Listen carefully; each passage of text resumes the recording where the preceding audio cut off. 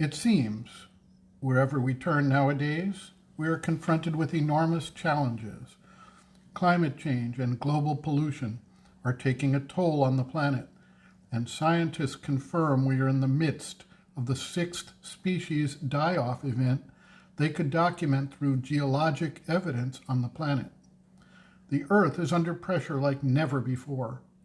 When we add to that humanity overrunning the resources of the planet by utilizing resources at a pace that is at least 3 times that which is sustainable, and that certain resources, such as fresh water, are under tremendous pressure, we see multiple pressure points coalescing into this time.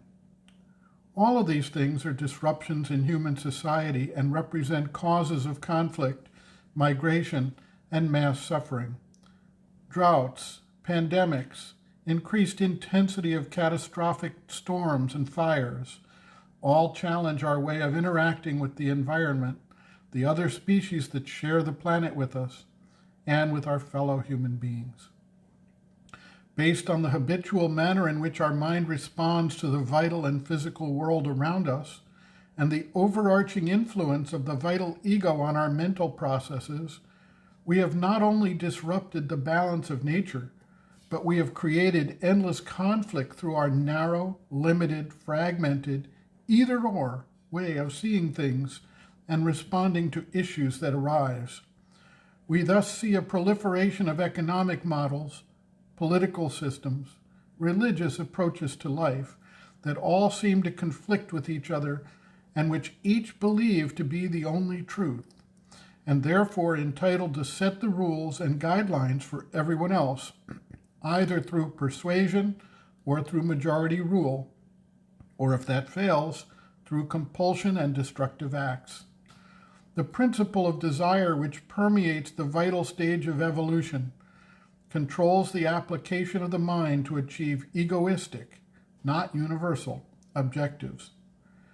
Meanwhile, we continue to invade habitat that provides both the needed oxygen production for us to breathe, as well as restricts the range of other species and increase the proximity of potential disease vectors, creating more opportunity for global pandemic events to occur.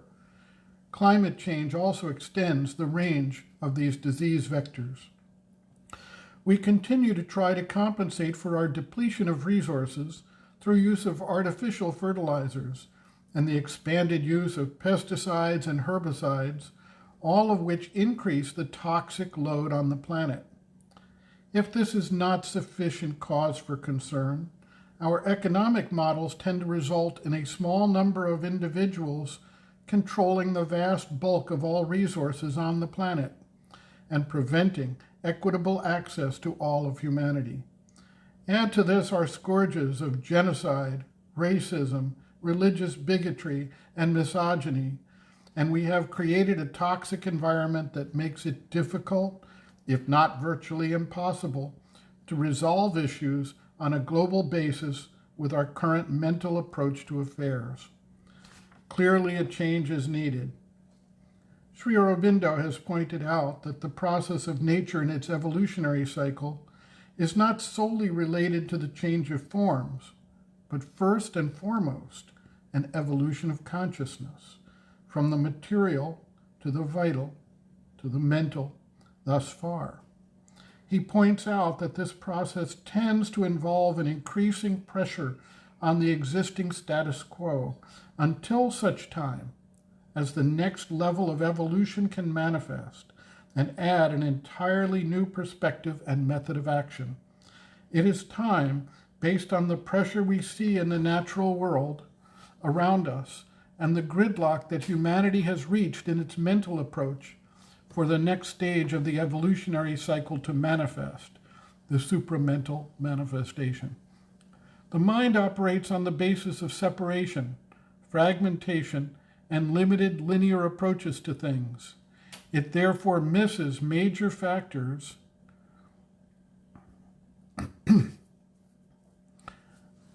that are affected by its focused approach, leading to massive unintended consequences. It is therefore not capable of solving the global, all-encompassing issues that threaten the very survival of humanity on the planet. A new consciousness, based in oneness and recognizing the unity of the entire creation, the divine intention in that creation, and the infinite diversity that exists in that creation, is required to develop insights, solutions, and methods that can resolve these conflicting approaches currently wreaking havoc on the planet. Many believe that the solution to these crises will come about through advanced technology. Technology certainly must play a role in addressing a number of issues, but it must be technology under the management of a comprehensive integral vision, not driven by the mind's limited and fragmented approach, which creates problems while it solves specific issues. A careful review of evolution and an insightful view of human psychology and the unexplained capacities that sometimes arise show us that there is a next phase to the evolutionary cycle that is pressuring to manifest more widely. Humanity can support this needed development through conscious participation and preparation of our human psychology to widen, expand our capacities, perfect our instruments of action, and recognize the need for a wider, more inclusive view in our actions in the world. I recommend reading The Future Evolution of Man by Sri Aurobindo, which provides an organized presentation of the basis, necessity, and steps towards the manifestation of the supramental consciousness on Earth. For those who want more detail, I recommend reading his works, The Life Divine, The Synthesis of Yoga, and The Human Cycle, The Psychology of Social Development, from which the presentation in The Future Evolution of Man have been compiled and presented by P.B. St. Hilaire.